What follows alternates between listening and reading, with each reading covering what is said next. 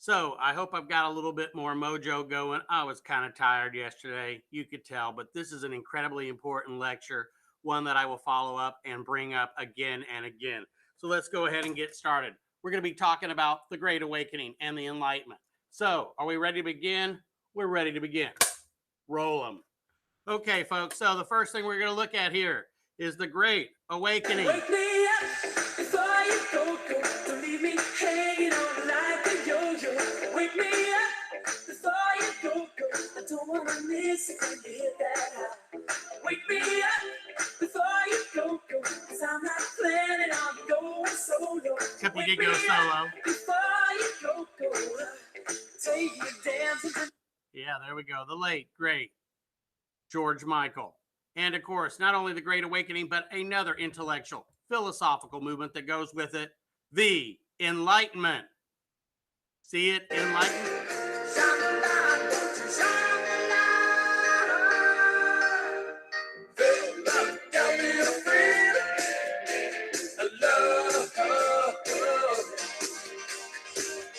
Yes, I do.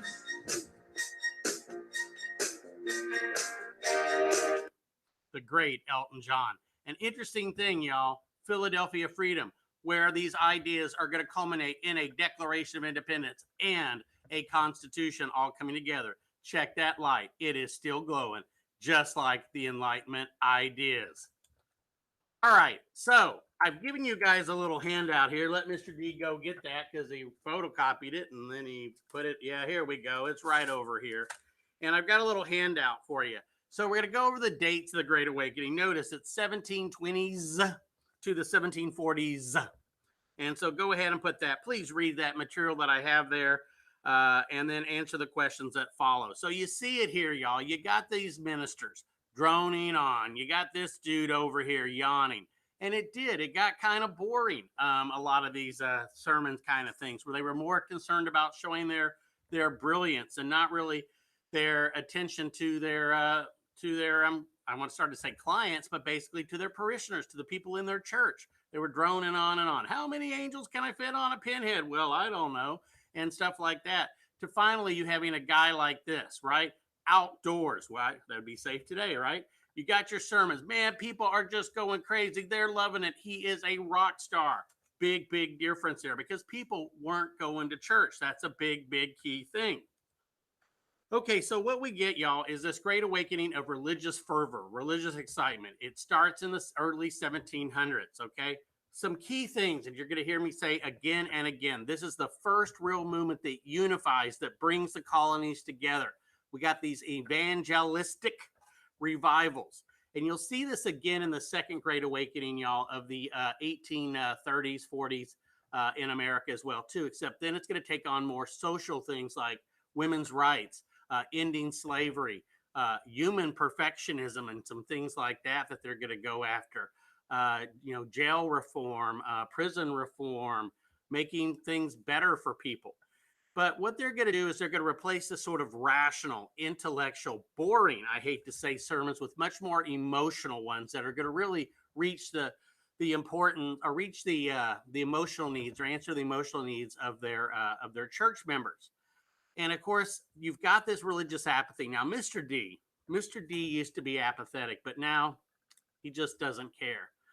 Now, the thing is, 9 of the 13 colonies had what we called state churches or established churches. This is where there was, quote, an official religion, and everybody had to donate money through taxes, if you want to call it, donations, sort of like forced donations. They had to donate or pay taxes that would support the church, whether they went to it or not. They believed that having a church was central to having a government, regardless of what you really believe. But of course, you wouldn't have been able to get away with that if the majority of people in that state or in that colony were not of that particular religious faith.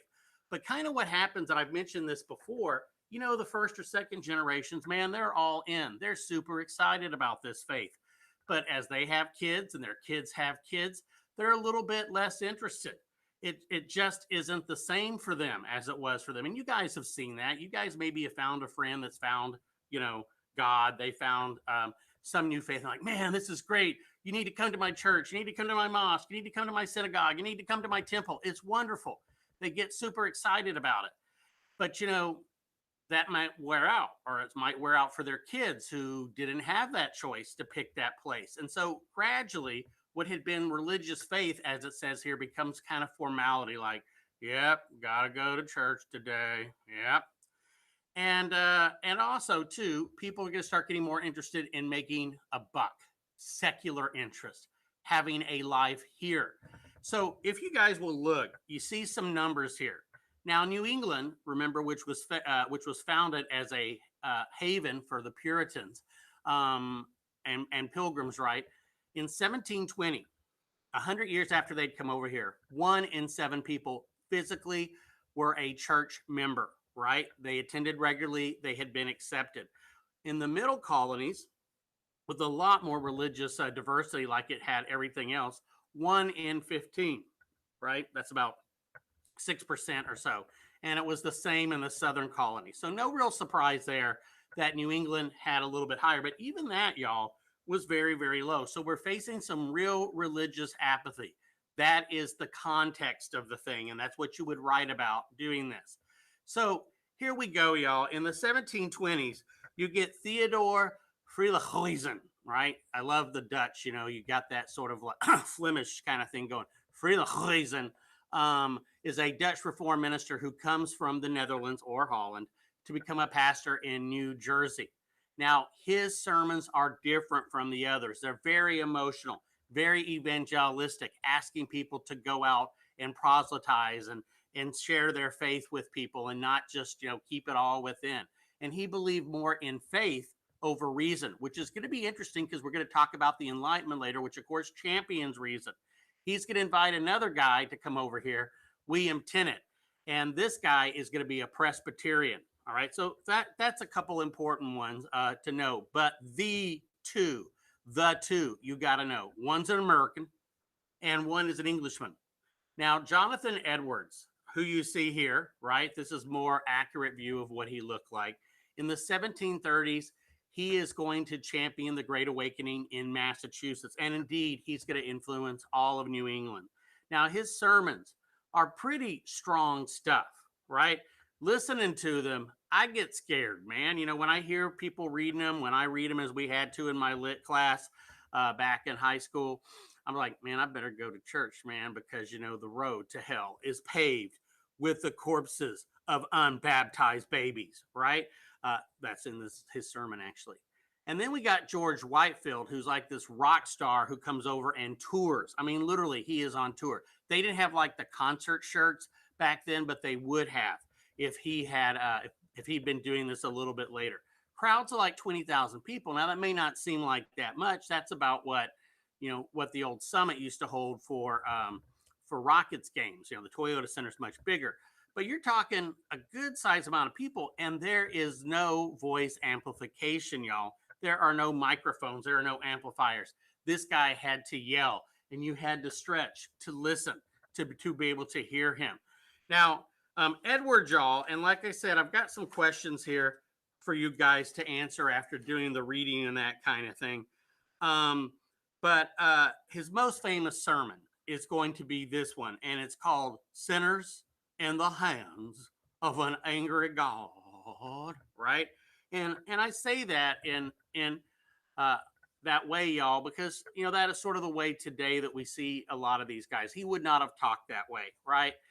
He would have been much more formal and that kind of thing. But today we often kind of ridicule some of these types, and I hope I'm not offending anybody by saying that. Oh, there goes the bell. Anyway, when you guys aren't here, I noticed something. I noticed bells are constantly ringing, man. It's crazy.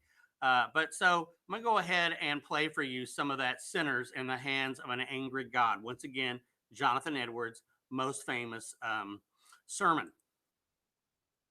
Unconverted men walk over the pit of hell on a rotten covering, and there are innumerable places in this covering so weak that they will not bear their weight. And these places are not seen. The arrows of death fly unseen at noonday. The sharpest sight cannot discern them. God has so many different, unsearchable ways of taking wicked men out of the world and sending them to hell that there is nothing to make it appear that God had need to be at the expense of a miracle or go out of the ordinary course of its providence to destroy any wicked man at any moment. All the means that there are of sinners going out of the world are so in God's hands, and so universally and absolutely subject to his power and determination that it does not depend at all the less on the mere will of God whether sinners shall at any moment go to hell than it means were never made use of or at all concerned in the case.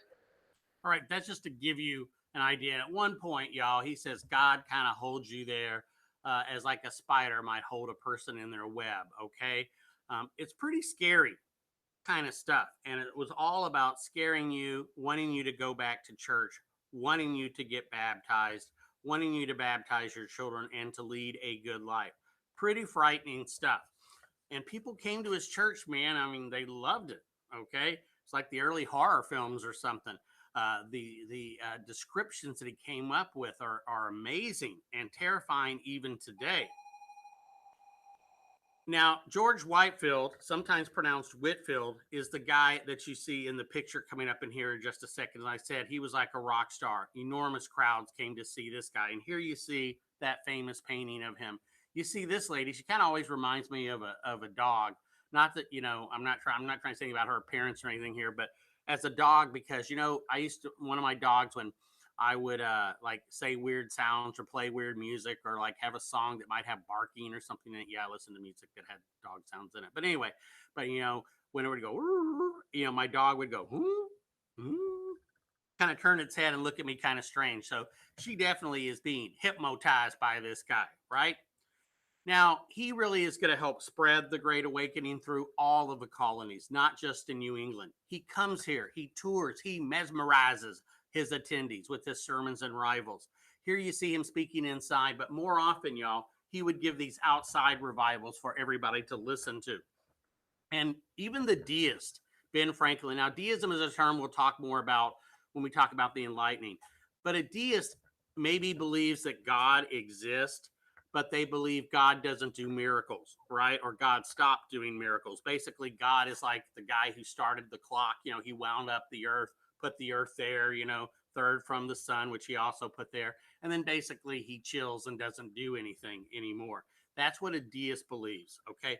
Ben Franklin and several of our other founding fathers were deists, okay? Ben Franklin went to see him just kind of out of curiosity. And the thing is, Ben Franklin, man, he found himself like, reaching into those pockets. And Ben was cheap, y'all. I mean, excuse me, he was frugal, right? You're not cheap, you're frugal. Take your date to McDonald's, and when she says, man, dude, you're cheap, you say, honey, I ain't cheap, I'm frugal.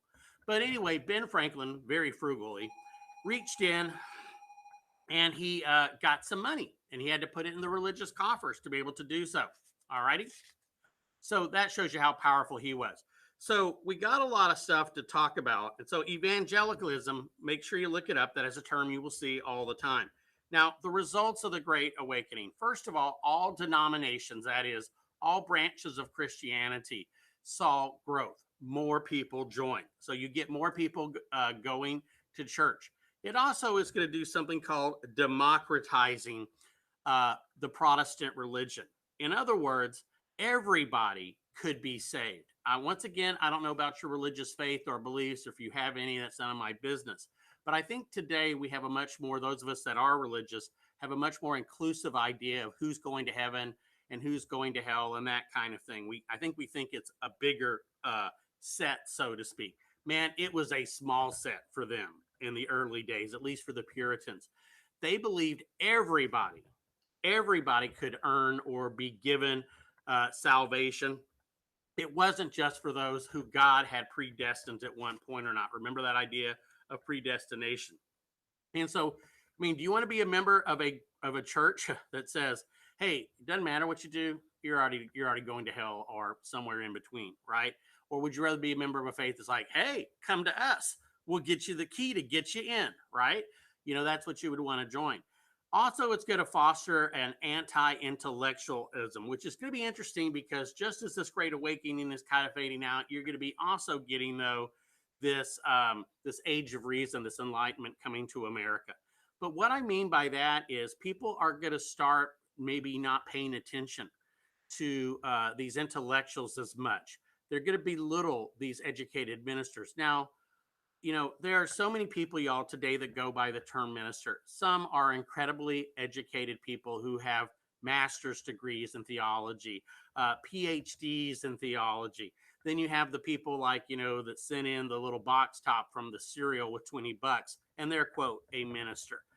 The people back then were very educated ministers, very knowledgeable. They could debate and talk about every little bit of the Bible and theology and religious history and that kind of thing. Well, people began to start thinking for themselves and maybe not so much trusting these so-called educated ministers and doubting them. You see, your stupid minds, stupid. Yes, your stupid minds. That's, of course, from one of the worst movies ever made, but so bad it's funny, called Plan 9 from Outer Space. You ought to watch it for Halloween coming up here, folks. Anyway, so you got that going on. So, they belittle these people. And that's going to mean they're going to start questioning authority, and more about that later. Also, you're going to see more colleges being formed. Now, initially, these colleges, as almost all colleges then were to educate a new generation of ministers. But ultimately, of course, those colleges are also going to start educating other people.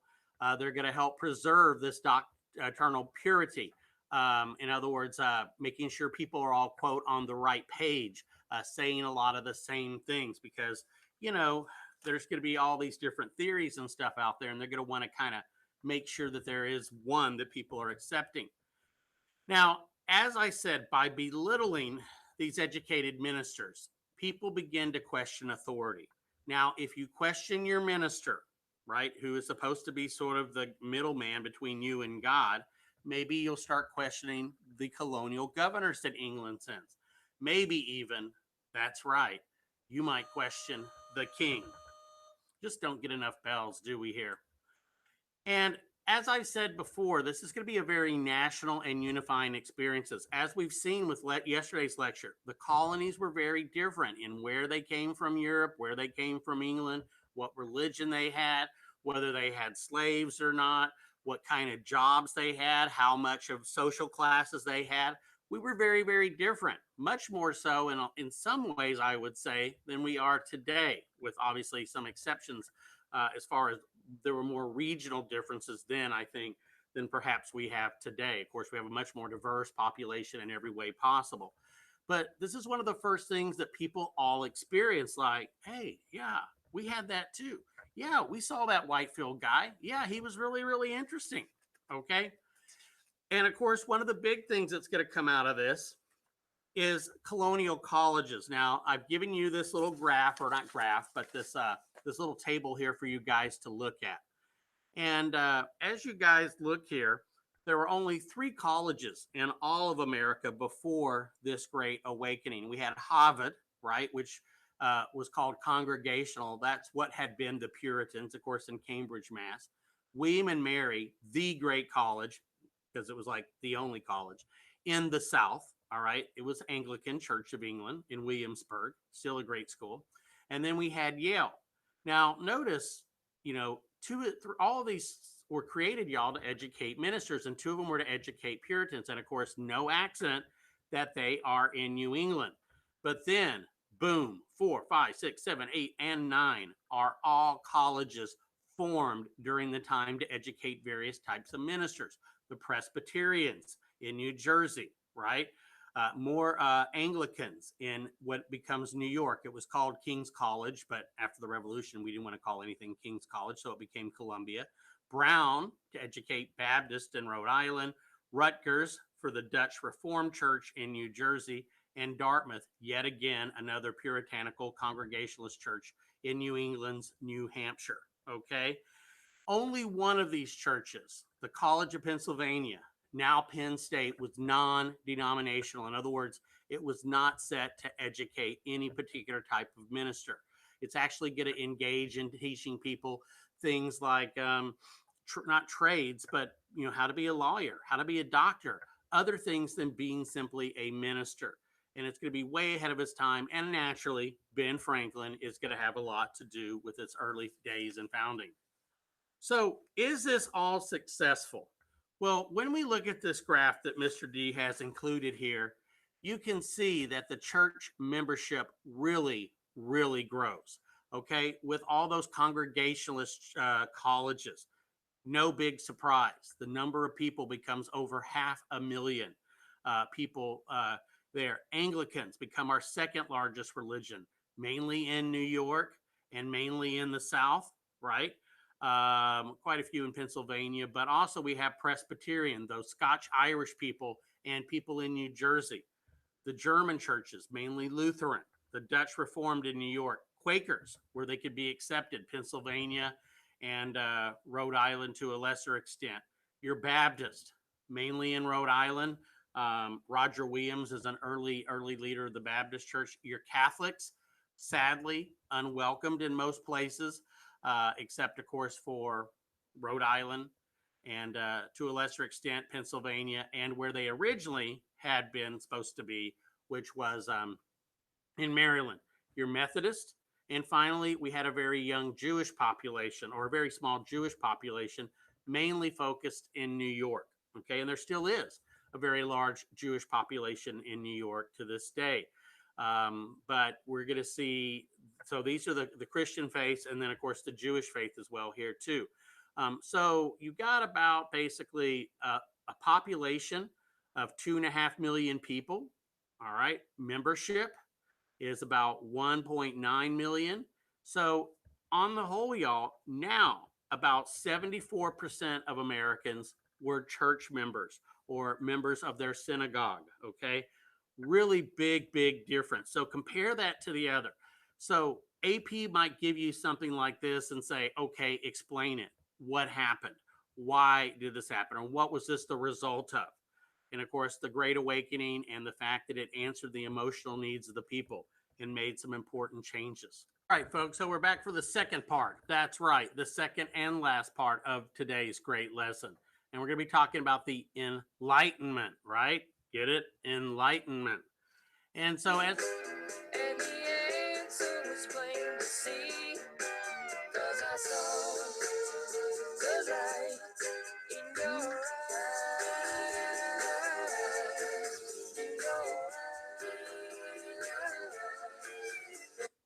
the late, well, he's still with us, thank goodness, Todd Rundgren. Amazing. If you get a chance, listen to some Todd Rundgren and his band UFO and Todd Rundgren solo. Amazing stuff. But anyway, here, so you see the dates, right? As I said, about the time that the Great Awakening is kind of fading away, we're getting the Enlightenment finally arriving here in America. And it will take us through the Revolution and to the election of Thomas Jefferson, an Enlightenment product for sure. Okay. And so look at this quote here. Nature and nature's laws hid in night. They were dark. God said, let Newton be, and all was light. The great poet Alexander Pope wrote that. So we're going to go through and talk about the Enlightenment here. And you're going to see, of course, we go from this thing called revelation, right? Where basically things are revealed to you by God, to a thing of discovery where you, human beings, using the faculties that God or nature gave you, figure things out for yourself. So, what is it? It's a movement that believe that reason and knowledge will ultimately lead to progress. Now, this is something that will continue throughout America's history. We'll see a group called, well, we'll see a second Great Awakening where people do try to work on progress, trying to make society more humane and better for everyone in it. But we'll also see something called a progressive movement that will take place around the end of the 19th century and go through World War I, called the progressive movement. And today, of course, many Democrats will call themselves progressives for their views, feeling like they're moving society along a path that they think it needs to go. So we're going to see various advancements there. So when does it occur? As we said, the 17th century more in Europe, but it is the 18th century here by the time it gets across the sea to America. It originates in Europe, particularly in France and in England. Its impact, well, once again, combined with the Great Awakening, you're going to see a challenging of traditional authorities, whether they're royal or whether they're religious elites, okay? It's going to push the world to greater democracy, towards greater inclusion and more representation on the part of individuals. And science is going to play a key role. When you hear people today, y'all, saying, listen to the scientist, right? Follow the science. That is really still a product of the Enlightenment that we're still living with. And of course, the concept of modernity. We always believe we're modernity, of course, 100, 200, 500 years from now, assuming we're still around, right? They're going to be looking back and not really considering us probably too modern. So this is also known, AKA, as the age of reason. And as I said, we go from revelation, things being revealed to you by God or by the Bible or your priest or whatever, to you, the individual, using your faculties to discover things for yourself. Okay. Now, one of the big things that this is going to do is this absolute power that had been enjoyed and abused by priests and kings, they're absolute kings, these kind of things, divine right kings. That's going to come to an end. It's going to come to a bloody end, particularly in France, right, where they behead Louis the 17th. All right, or 16th. Sorry, it was his son was the 17th. Louis 16th. It's going to reaffirm man's ability to reason, to figure things out for himself, to discover those truths about the universe, about man, about God, right? The ability to think for yourself. And so this 18th century, these 1700s, y'all, are going to be known also as the age of reason, because we are using this ability to think and figure things out. And America is a direct product of that Enlightenment. And I can't emphasize that enough, y'all. If you're going to be talking about the philosophical origins of the American Revolution, of America, period, all right, of the United States, you've got to bring up the Enlightenment, because we're going to have men that are going to sit down and literally try to create a government from scratch in a lot of ways, y'all. It's been fairly successful, right? Until relatively lately, when we've seen a lot of violence and people upset in the streets and that. But that happens, right? Now, more about the impact of it. A lot of ideas from the Enlightenment are going to be seen in our U.S. government. The three branches of government we have, y'all, are going to be a direct result of an Enlightenment thinker named Montesquieu, the Baron de Montesquieu. Are concepts of allowing people to speak freely, to believe freely, or not to believe if they choose. That is a direct result of this Enlightenment. The ideas that allow you and me to challenge our traditional authorities, to challenge what we may see as unjust government, that is all going to lead to America's revolution, our war for independence. And the thing to remember, and AP makes a big deal of this, America's revolution, our Declaration of Independence in particular, y'all, is going to inspire others.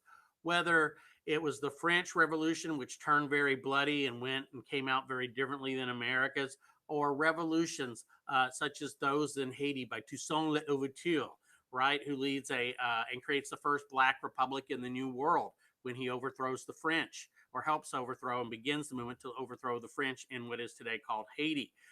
Simon de Bolivar, right there you see, of course, the storming of the Bastille in 1789 in France. The Latin American revolutions led by Simon Bolivar are going to be directly inspired. And I'll be talking more about those and hitting those, because that is definitely an AP concept they want you guys to get. So others take our ideas, they spin them, they adopt them to their own sort of ground and their own situations, but they're inspired by us. And Americans should take pride that we were that source of inspiration for many countries around the world. City on a hill? Maybe, maybe not. Now, one of the key figures here, of course, in the origins of the Enlightenment is this guy. I know this is more science than it is history, looking at him. But of course, Sir Isaac Newton, really looking more here, and pretty cool, man. He would fit in today. Isaac Newton takes the work, of course, of Copernicus and Galileo Galilei, who had looked at, Galileo figure. Oh, sorry. Anyway, I went into my Queen thing there for a bit. But anyway, he takes the ideas of Copernicus and others who challenge this idea of Earth being the center of the universe. And instead, of course, Earth being a planet that orbits a sun, as opposed to that. So a heliocentric view as opposed to the Earth-centric view. He's going to discover laws of motion that basically explain how the universe works. He figures out and explains this thing of gravity, right? And he publishes this in a book called Principia, right? Now, these ideas, these laws of motion are laws of nature. In other words, they are natural laws. And you're going to hear that a lot from the Enlightenment. Now, these are natural laws in the environmental outside world or whatever, but they're eventually going to be applied to politics, to people, and other things like that. So if you observe, you use the brain you got, you use your logic, you can figure things out. You know, lightning or thunder is not God being ticked off, but it's a result of certain occurrences that happen through there, and you can figure this out. Okay, so there you have Isaac Newton, the founder in a lot of ways of the scientific revolution that gives way eventually to the Enlightenment. And as I said, you're going to see other people begin to apply this reason and these natural laws to human society. So some of your key thinkers, as I mentioned earlier, the Baron de Montesquieu is going to write a book called L'Esprit des Lois, which is my bad French for the spirit of the laws. Now, in this book, he takes something that Polybius, a Roman thinker, had talked about, which is the idea of you don't have one branch of government because that will lead to tyranny. What you do is you create multiple branches. We call them executive, the president and his cabinet and the executive departments. You have a legislative, we call it a Congress, with a House of Representatives and a Senate. They often check each other. And then finally, you have a judicial system that is supposed to check the other two as well, too, although it is picked by the executive, confirmed by part of the legislative to be there to do that. And so each of these has different powers, but they have to work together to make things happen. And each also has the ability to check. Think of like hockey, eh? Because I got like my hockey jersey on today. What you think about that? And I haven't heard any comments. Of course, you couldn't because I wasn't doing this without anybody here with my raccoon cap. Yeah, I found this. This is from 5th grade. Believe it or not, Mr. D never throws away anything. But what you have here is each of these people have checks. Like in hockey, when you don't want the guy to get the puck, you check him. You bounce into him, you hit him against the boards. And that keeps him from doing what you don't want him to do. We give different branches individual powers to check the other. Okay? You divide power, right, to help prevent government abuse and tyranny. And when we write our Constitution, we are going to include those ideas. Now, he thought the British really had done this well. Turns out the British really don't quite have the true separation of powers that he imagined. For example, their prime minister, their executive is picked by the legislature. Their judicial branch is picked by the legislature. There isn't quite the check and balances that we have. For example, we can have a president of one party and have a legislature of another to serve as a check. Means not a lot gets done. That's good. But for some people, that might also be a good thing because it means not a lot gets done because it might be bad. Okay. So we have that.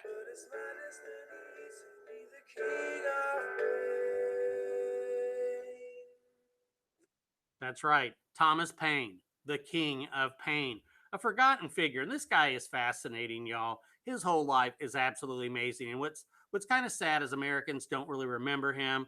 There's not a whole lot of monuments to this guy. Heck, even where he's buried. I mean, for a while, the poor guy's bones were basically kept in a box. I think underneath somebody's bed or something. You know, one of the bands I wanted to form, because I have a lot of bands in my brain that someday will be real, is called Thomas Paine's or Tom Paine's Box of Bones. I think it'll be awesome. But anyway, he writes a pamphlet called Common Sense, right? Using the noggin, using your God-given brain to figure things out. And of course, that is going to advocate and be very, very important in getting the United States to ultimately declare independence from England. Remember, when the revolution starts, most Americans don't want independence. They want simply to get their rights back that they had as Englishmen. And obviously, this is going to be a key influence in the Declaration of Independence, as so many Enlightenment thinkers are.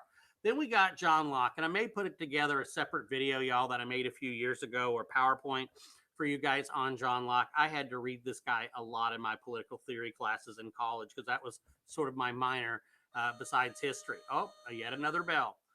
So natural law gives us three natural rights. Notice, according to Locke, these are life, liberty, and property. Property, right, has a very different idea than what we think of as property. He writes in what was called the Two Treatises of Government. He actually writes this in the second treatise of the two. And he says basically, life is, of course, essential. You and I can't do anything with it. And you and I have to have the ability to protect our life. We have to have the liberty to be able to do that, to do all the things that we need. We have to have property. Now, property doesn't mean just having cool stuff. Property means having the means to do the things that make life really worthwhile. And Jefferson's going to try to articulate that better in talking about the pursuit of happiness, which in his mind is what life is all about, doing what makes you happy and makes you a human being and better. Jefferson didn't like just the term property because to him, that just means accumulating stuff, which he did quite a bit. But he also wanted to be able to enjoy life and be free from the things that keep you from being able to do that. And we'll talk more about that in Jefferson's mind and his reasoning. Also, another complex figure. Now, the social contract. In Locke's mind, y'all, people at one point, when society first sort of develops, I mean, I don't know if you want to think Garden of Eden or how you want to think this, people lived in what he called was a state of nature. Now, in the state of nature, it went okay for a while, right? But ultimately, people start getting greedy. Hey, I want what you got. Hey, I want what you got. And people begin to take, and there's no law enforcement. There's nobody to stop them. So the only way I can defend my stuff is to fight somebody else, or they have to fight to get it from me. And pretty soon, the state of nature becomes a state of war where people all start fighting each other. Okay. And fighting for things. And it just gets so bad. How bad does it get? That the people finally form a government. Usually in his day, it would be with a monarch. And the sole purpose of that monarch is to organize things to protect those three rights. So we elect people, we name people that will protect these rights, but at the same time, you and I still have our right to sovereignty. And this is a key thing. This is how he differs from an earlier philosopher by the name of Thomas Hobbes that he borrowed a great deal from. Locke says, look, if government fails to do its job, protecting your life, protecting your liberty, protecting your property, you should, not just may, you should overthrow them and replace it with a government that is more like that. Now, later in one of the PowerPoints that I was mentioning, I'm going to show you directly those words and how Jefferson used them, okay, and modified them for America's Declaration of Independence. There's the real John Locke, not quite as a good looker there as Newton, and there. Now, also we get an Enlightenment thinker economically. What we get is this guy, Adam Smith, a Scottish economist and philosopher, who writes a book that will be called The Wealth of Nations. There's the real Adam Smith, and here is an original copy of The Wealth of Nations. Mr. D has it, not that nice copy, but mine's in paperback.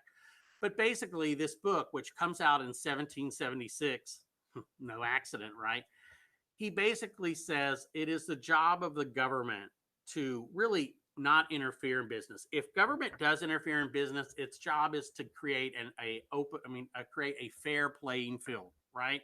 Government isn't supposed to be regulating unless they're monopolies or things like that. Now, what happens is there is something he calls the invisible hand. Now, businesses want to make money. To make money, they have to make stuff and sell it to you and me, the consumer. If they make crappy stuff, you and I aren't going to buy it. If they charge too much for it, you and I aren't going to buy it.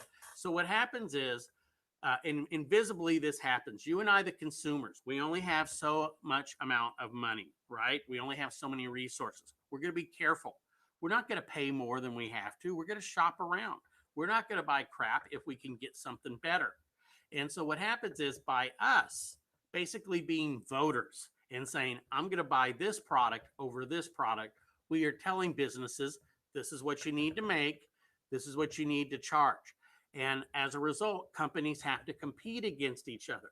By competing, they lower their prices. By lowering their costs to make things, they make a good of quality, a good with enough quality that you and I will buy it. So this is called the invisible hand. I know that's a lot to figure out, but basically you see it in operation, where if you don't make a good product, people aren't going to buy it. And so essentially you and I force businesses to provide the goods and the services that we want at a price that you and I are willing to pay. Now, capitalism had been around, but he is the first to really explain how it works. It operates on this idea of supply from businesses and demand from consumers. Founding fathers accept this. And of course, it's included in their idea of your right to have private property. And if government is to take away that property through something called eminent domain, they can do so, but they will have to be able to they will be able to do so. I'm sorry, I went blank for just a sec there because I've got a call coming in. But anyway, government will have to pay you a fair market price for that. You have the right to pick whatever business you want to start, to pick whatever job as you want, and you have a right to make a profit because that is what makes you take these chances. I mean, if people aren't making profits, y'all, why do it? If I gave all of you guys A's, regardless of doing any work, some of you would still do it because you want to learn it or you think Mr. D is tricking you. But you guys work hard because you want to be rewarded with good grades. And that is a key thing. Ben Franklin, of course, is a big, big believer in capitalism. So remember Adam Smith, Invisible Hand, Wealth of Nations, and the ideas behind capitalism, because it is included, maybe not by word, but it's included in our founding documents. Thomas Paine also makes some contributions in religion. Now, he writes a book after the American Revolution, after the French Revolution, called The Age of Reason. And he says God creates this universe that has natural laws. And so nature is the Bible, right? Now, he is one of the key believers, okay, in what we call deism. Remember, I mentioned that earlier when I talked about Ben Franklin. Many, but not all, sometimes it's exaggerated, I think, of our political leaders believe this. Thomas Jefferson definitely did. He went so far, y'all, as to provide a version of the Bible that had all of the miracles removed. He thought the Bible taught great lessons and Jesus was a good man, but he didn't accept that he was the son of God and do all that. John Adams, to a lesser extent, was a deist, but definitely Ben Franklin, Thomas Paine, and Jefferson were. Now, they believed in a rational God, a God that was good, a God that wanted best for all of his people. They didn't believe in these various supernatural phenomenon. If these things happened, as reported in the Bible, then they had an explanation that could be figured out by man. Morality was based on reason. Reality was based on natural law, okay? And you could figure it out. You didn't need religious authorities. And so what was the standard of morality? What best makes the people better off, their welfare and their happiness, okay? There's the real Thomas Paine, as you guys will see more and more. Now, Ben Franklin is going to write about the American character a great deal. We've talked about him. He is the best American symbol of the Enlightenment. He used reason for everything. He was a successful printer. He was a successful businessman, inventor, philosopher. He was considered the greatest American and all of those things. He was a humorist. And he contributed all of these various things. So a couple things about him, as I said, the greatest American. He's famous as an inventor. He's famous as a writer. He's famous as a diplomat. This guy could do everything. He was in some ways kind of like a Leonardo, but an American one, except he didn't paint, you know. He invents the lightning rod, which a lot of people thought was wrong. You know, you put this pole with like a wire going down to the ground. So instead of your house getting burned by lightning, it strikes the pole and then is grounded into the ground and your house or barn doesn't burn. Well, that's wrong. God wanted your house to be struck. And he's like, God wanted us to be smart enough to figure out how to keep our house from being burned down. So the lightning rod, right? Here's a lightning rod for you. A really fancy one, by the way. Bifocals, right? Which Mr. D actually wears as well, too, where you can look straight ahead and see long distance. But when you're looking down to read something, he did quite a bit. you also could focus that. It's great for old people like Mr. D. The Franklin stove, which was a very efficient way to warm your house, but also to get rid of your obnoxious and dangerous fumes, right? So there's the Franklin stove that he created. And one of my favorites is the harmonica. It is an instrument, and I absolutely love the glass harmonica, y'all. I even went so far as to buy a CD. First a cassette, later, of course, CDs of this kind of music. So we'll see what you guys think about it. And we'll go ahead and play that now. Franklin's love of water indirectly inspired what he considered his favorite invention.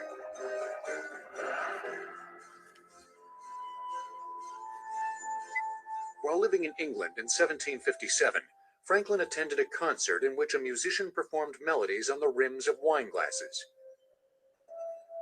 Now notice Franklin loved the sound of the vibrating glass. the different colors But represent being different Franklin, wondered if there might be a better way to thicknesses produce it. to produce So different he thought, sounds. first of all, the water or tuning has got to tones. go, way too much trouble. Pitches So if is you a make the better word. glasses the correct size in the first place, then you can dispense with that, and you'll end up with a set ranging from a relatively large glass for your bass end to small glasses for the high end. This would allow a musician to play complex chords in addition to single-note melodies. Instead of the musician rotating his fingers, 37 glasses of varying diameter and thickness would rotate, turned by a foot-powered spindle. In 1761, Franklin unveiled his glass harmonica. Isn't that haunting, y'all?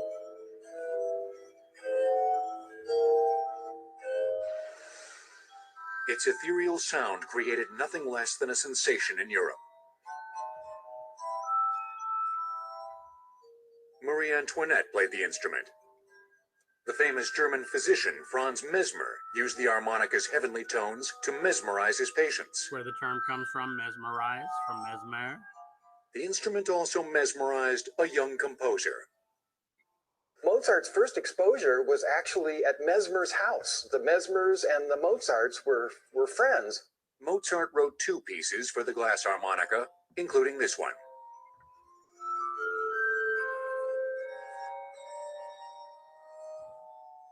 Beethoven and Haydn also composed for Franklin's instrument.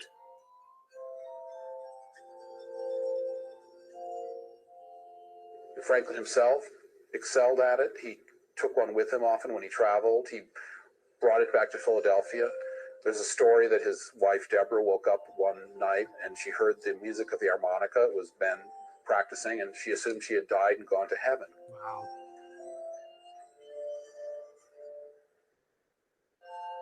Despite the wild enthusiasm, the instrument's life was surprisingly brief. But it eventually sort of lost out to the piano, which had come on strong by the late 18th, early 19th century. A much louder, a much more adaptable instrument to the larger and larger orchestras that were being used. The harmonica was always very much kind of a very quiet chamber-like instrument. There were also rumors that the harmonica's tones, or perhaps the lead used in the glass, caused insanity. Personally, I think they have that backwards. I think you start a little crazy and then you want to play this. Harmonica virtuoso William Zeitler has made it his mission to resurrect this unique instrument. He performs around the world and composes original pieces for it. I'd really like to get this instrument off of the endangered musical instrument list. There aren't many places to find precision-tuned glass bowls these days, so Zeitler turned to Cal Glass in Costa Mesa, California, which normally makes glass scientific. Okay, so imagine a marching band being able to play that in a marching band. Much better than the clarinet, which Mr. D played. Okay. Instruments. All right, so there you see Ben, of course. He is, of course, the guy who figures out that lightning is merely an example of electricity and used his son in that, put a key. The key, of course, began to glow and all of that kind of stuff. You know the story. So this is taking Mr. D forever to get done. I apologize for that. I've had to stop and restart. I had a phone call from a student who I was helping get ready for college, and so I'm running a little bit behind. I apologize for that. In fact, she's considering the medical field, which I know a lot of you AP students also consider. And we need you guys. After what's happened with Corona, losing so many doctors and nurses and aides and pharmacists and surgeons, in the first few months of the pandemic. We really are going to need people like you guys to step in there.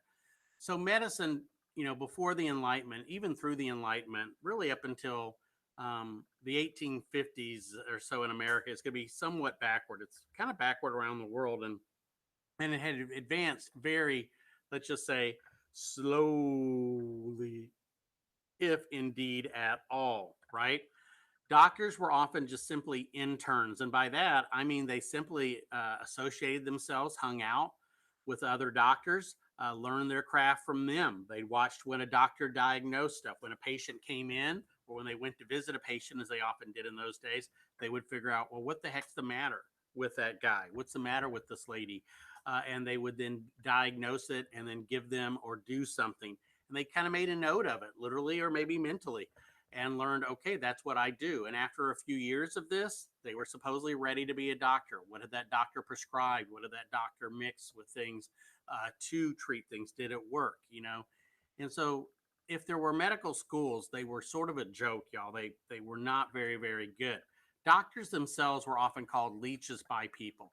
And that is not because they doctors, sucked all your money away, as sadly medicine often does these days, but because doctors actually use leeches. It was a very common technique to take these things, which are kind of like a snail without a shell, kind of slimy, kind of long things like that. And they would put them on people and they would soak up blood and they would swell up and then eventually be able to be removed. And ironically, some doctors are maybe kind of bringing back the practice a little bit today in various ways. Of course, they're very carefully raised. They're very it's very sanitary how they go about doing it, but there's even some people using that today. But man, that was the thing. All kinds of crazy stuff. If you guys read about George Washington's last days, they're putting these mustard plasters on his chest. They're doing all these kind of things, hot bricks and stuff on his feet, if I'm not mistaken. All these things to try to get the poor guy well when they just should have let the guy go based on what they had back then. Thomas Jefferson agonizingly, y'all, trying to make it to the 50th anniversary on July 4th, 1826 of the Declaration of Independence's acceptance, right? Because he had to live until the 4th, and he kind of did. He's like, "Is it the 4th?" Yes. Oh, and he died, and that kind of thing. So what they hope to do is they believe that you were sick because you had, quote, bad blood in you, right? Of course, when I think of bad blood, I have to think of this. 'Cause baby, now we got bad blood. You know it used to be mad love. So take a look what you've done. 'Cause baby, now we got bad blood. All right, got bad blood there with good old Taylor Swift. Or worse, they simply actually opened up veins to drain blood, okay, as a way to go about doing things. And surgeons, y'all, often were not actual doctors, but they were barbers. The people that cut your hair. That's what people used to go to before they went to the salon, or a salon, as we say in America here. You guys can tell Mr. D goes to the salon, right? Yeah. But anyway, they would take their bandages, which were pretty expensive bandages, and they'd be all bloodied, and they would take them out and they'd wrap them around a pole to dry out in the sun. Well, it became very common, like, hey, I need to find a surgeon. I need to find a barber. Oh, over there, the guy with all the blood, bandages, bloody bandages there. And so eventually this became the symbol of the barber. Now, some barbers went further and put blue there, to be patriotic. But that is why the doctor today or the surgeon has those kind of things. Now, another thing that shows you once again how far we came during this time was what had happened right before the Great Awakening. And it's one of the most tragic moments in American history, and one I think that's often misunderstood and mischaracterized. But I want to talk about the Salem witch trials of 1692. Now, there had been a belief in witches for some time in Europe. In Europe, witches tended to be burned. There have been a lot of studies about it. Some feminist historians say it was a way to go after women who were trying to step out of their place, who were certain their power and things, and they were seen as a threat by men, and they were often targeted. That may be the case. There's even been theories that people ate bread that had become tainted with this particular type of fungus, and that this particular fungus might cause people to have hallucinations. There's all kinds of crazy theories about it. But Salem, or rather Salem Village, has become the most famous example. Now, today, Salem Village has gotten rid of the name, and they're called Danvers. Nearby is a town called Salem that actually has made a fortune by having not one but two witch museums, by having all of the stuff. And so I went there for Halloween one year. It was kind of fun up in Massachusetts to be there to see Salem and see how they practice Halloween. It was very, very fascinating. Now, a lot of the testimony came from these very historical, they are now, but hysterical young girls who claimed that they, had seen the devil or they had seen witches, that they were under the influence of witches. And they were probably just trying to get attention. They were bored. But ultimately, their claims are going to lead to trials. And these trials are going to lead to 19 women being executed, not by burning, right? They were hanged. And one man would actually end up being crushed. Now, Mr. D happens to have rare historical footage of those early trials. So let's watch those. So let's go back to the Salem witch trials, where the accusations are flying faster than a coven of witches, and there's a mysterious, all-knowing, all-seeing, evil presence in the courtroom. Television. Real sinners, real Satan, real puritanical punishment. Judge Judy.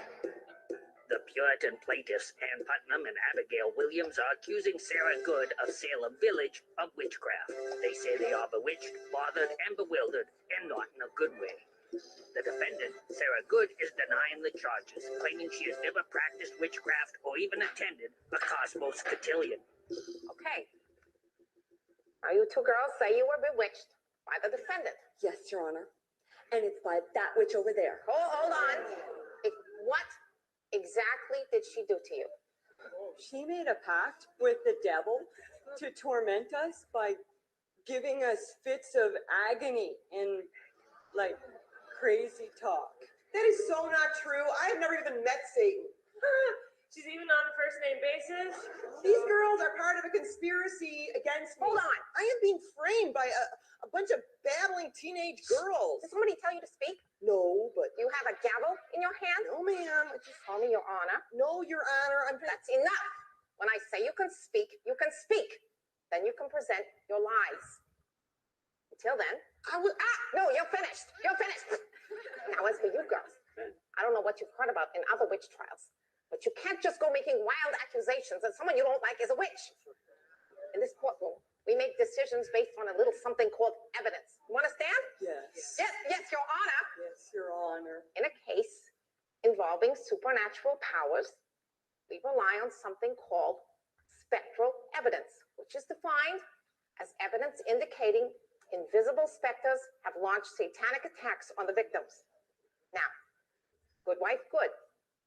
Would you like to present your evidence, your spectral evidence, that you are not a witch?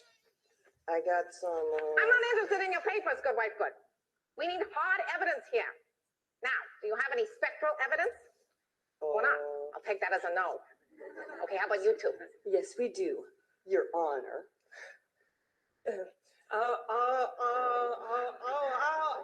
Like, stop, you evil specter who looks like Sarah Good. This is ridiculous. You had your chance. A second. Okay, good wife, good. If you're going to make a mockery of this courtroom by using your magic on these girls, I'm going to end this right here.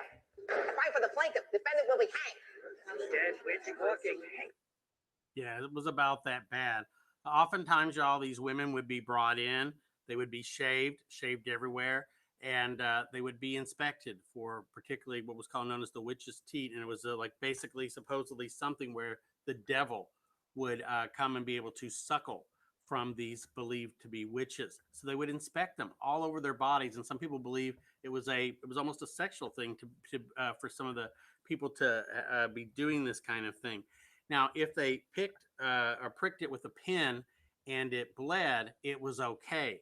But if they they pricked it and it didn't bleed, then it was considered a sign that indeed it was put there by the devil. Okay.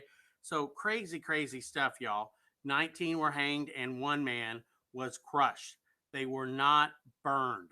Not burned. Okay. That is a myth. All right. You will say it, Corey. Speak, man. We cannot relent. What say you, Corey? More. Wait.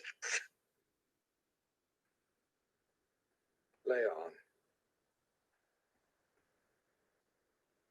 This was a way to extract confessions at the time, and this happened in Salem.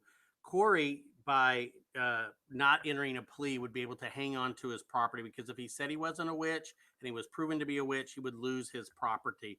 By not entering a plea, however, he could not really be found guilty or innocent in that sense, and at least lose his property. So what they would do, y'all, is they had weight that they would stack on top of you. Imagine putting like a door on top of you and then stacking it on you to make you to eventually say things. So they finally think he's going to say something. He's going to enter a plea or confess. And what does he say? More weight. Very, very famous We'll character. say it, Corey. Speak that we cannot Remember? relent. More weight. Now, confessing to be a witch often meant that you saved yourself. If you said, yes, I'm a witch, and then you might name other witches, that might get your sentence reduced. That was a way of doing it. So why didn't more people do it? Well, let's just see here. We got a message that there's a witch out here, so we're going to check it out. Constable, I heard cries of a witch. Where? Over there by the middle farm, by the ridge.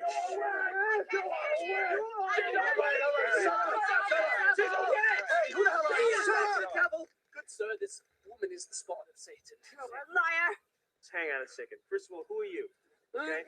Hey, Johnny! I got him! You got a kid, right? Right? You got a kid? Yes, sir. So what's going to happen to the kid? You get burned at the stake, right? Insular. Right? Who takes care of the kid? Huh? I swear, sir, I am not a witch. Beelzebub, devil. Ask her about the blood. She's drinking blood. Liar. Hey, hot shot. Liar. Step it back. Step off. I watch him. All right, over here. Hey, Shut up. Shut up! Your buddy here says that this woman is a simple prostitute and that you were refusing to pay. No, Court didn't say that. He's a witch, too. He's accused other people of being witches. Shut up. Shut up. Over here. I don't think you're a witch, but when a complaint is filed, it's up to the magistrate to decide. They're witches, all of them. I wish I were a witch. I'd hex you. Yeah, everything will turn out all right. You know, we'll take them down to the village, put them in a cauldron of water. If they drown, we know they weren't witches. If they drown, we know they weren't witches. I missed my kid's birthday. Oh, jeez. Right, the great Ben Stiller. So why didn't more do so? Well, they really believed if they lied under oath about being a witch and they weren't really a witch, they would be condemned to hell, right? So you can't just lie to get out of it, okay?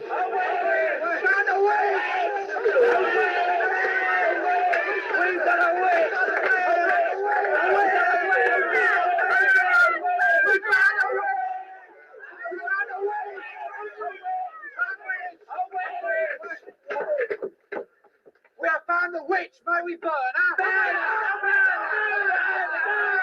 How do you know she is a witch? She looks like one. Bring her forward. I'm not a witch. I'm not a witch. But you are dressed as one. They dressed me up like this. And this isn't my nose. It's a false one. Well, we did do the nose. The nose? And the hat. But she's a witch. Did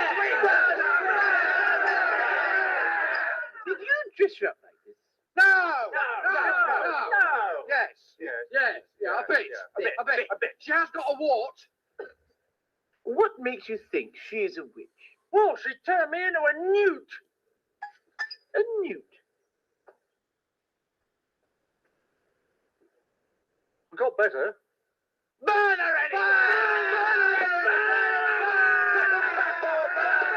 What? There are ways of telling whether she is a witch. Are there? What are they telling us? Tell me, what do you do with witches? And what do you burn apart from witches? More witches! Good. So, why do witches burn?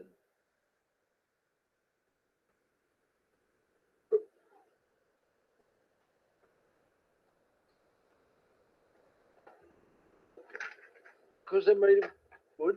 Good. Oh, yeah. So, how do we tell whether she is made of wood? Build a bridge out of her. Ah, but can you not also make bridges out of stone? Oh, yeah. Cool. Does a wood sink in water? No, it floats. It floats! Throw her into the pool! What also floats in water? Bread! Apples! Very small rocks! Cider! Great gravy! Cherries! Mud! Churches! Lead! A duck! A duck. Exactly. So, logically, If she weighs the same as a duck, she's made of wood. and therefore, A witch! A witch! All right, so there we go, folks. Now, the witch trials are often compared to the to what we call the Second Red Scare of the late 1940s and early 1950s, in which members of the Communist Party, particularly people in Hollywood, that's who they went after in the 1940s, were brought in front of a Congress in a group called the House Un-American Activities Committee, and they were asked to testify. Now, some did testify, admitted being communist, trying to influence American opinion in their movies and things like that. Others denied being members, or some named names. And they're criticized today, although they were seen as heroes then because they named other communists. And they largely escaped free if they did so. That's why it's often compared to the Salem witch trials. Now, none of these people were executed. Some might have lost their lives due to depression. Many of them lost their jobs. And also we determine, or we call this McCarthyism too, for a senator later that will also go after suspected communists. So this communist hysteria in the 1940s and 50s is often called a witch trial. Here you see Senator Joseph McCarthy as he interviewed the suspected communists. Eventually television helped bring him down. Okay. Are you a member of the Communist Party? Or have you ever been a member of the Communist Party? The question of communism is in no way related to this inquiry, which is an attempt to get control. So some refused to even answer the questions, and they were held in contempt and were known as the Hollywood 10. Found it very hard to get jobs for many years, lost their jobs in Hollywood. Of my membership in any political organization, but this committee is attempting to establish the right. Okay. Mr. Lieberman, are you a member of the Screenwriters Guild, or have you ever been a member of the Screenwriters Guild? Now, Mr. Stripling, I would like to reply to this very quietly. Mr. Chairman also. If I will not be interrupted, I will attempt to give you a full answer to this question. It has become very clear. And so this is often, the phrase, witch hunt, I think is overused because today, anytime people feel like somebody is going after you, they say it's nothing more than a witch hunt. Okay. Now, Arthur Miller, one of the great playwrights of American history, is going to write a play called The Crucible, right, in 1952. But it is set in 1692 in Salem Village. Now, this is an allegory. Basically, it's a story from then, but it's more about what was happening then in the 1950s in America. And it was called The Crucible. Belongs again to God.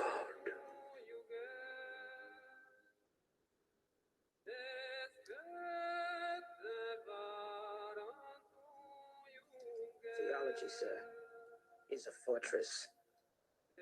No crack in a fortress may be accounted small.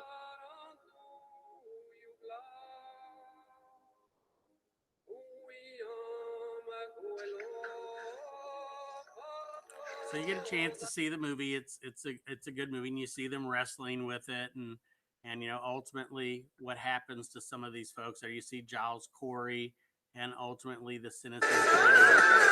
Now they make it the young girls a little bit older in this for the purposes of it, and so that basically is it, y'all. Remember, an allegory is where you use something else to tell a story use a past event to tell a story about what may be happening today. He didn't want to be seen as a communist, although he was very friendly with members of the Communist Party. But he, and by the way, he ultimately married Marilyn Monroe. That's right.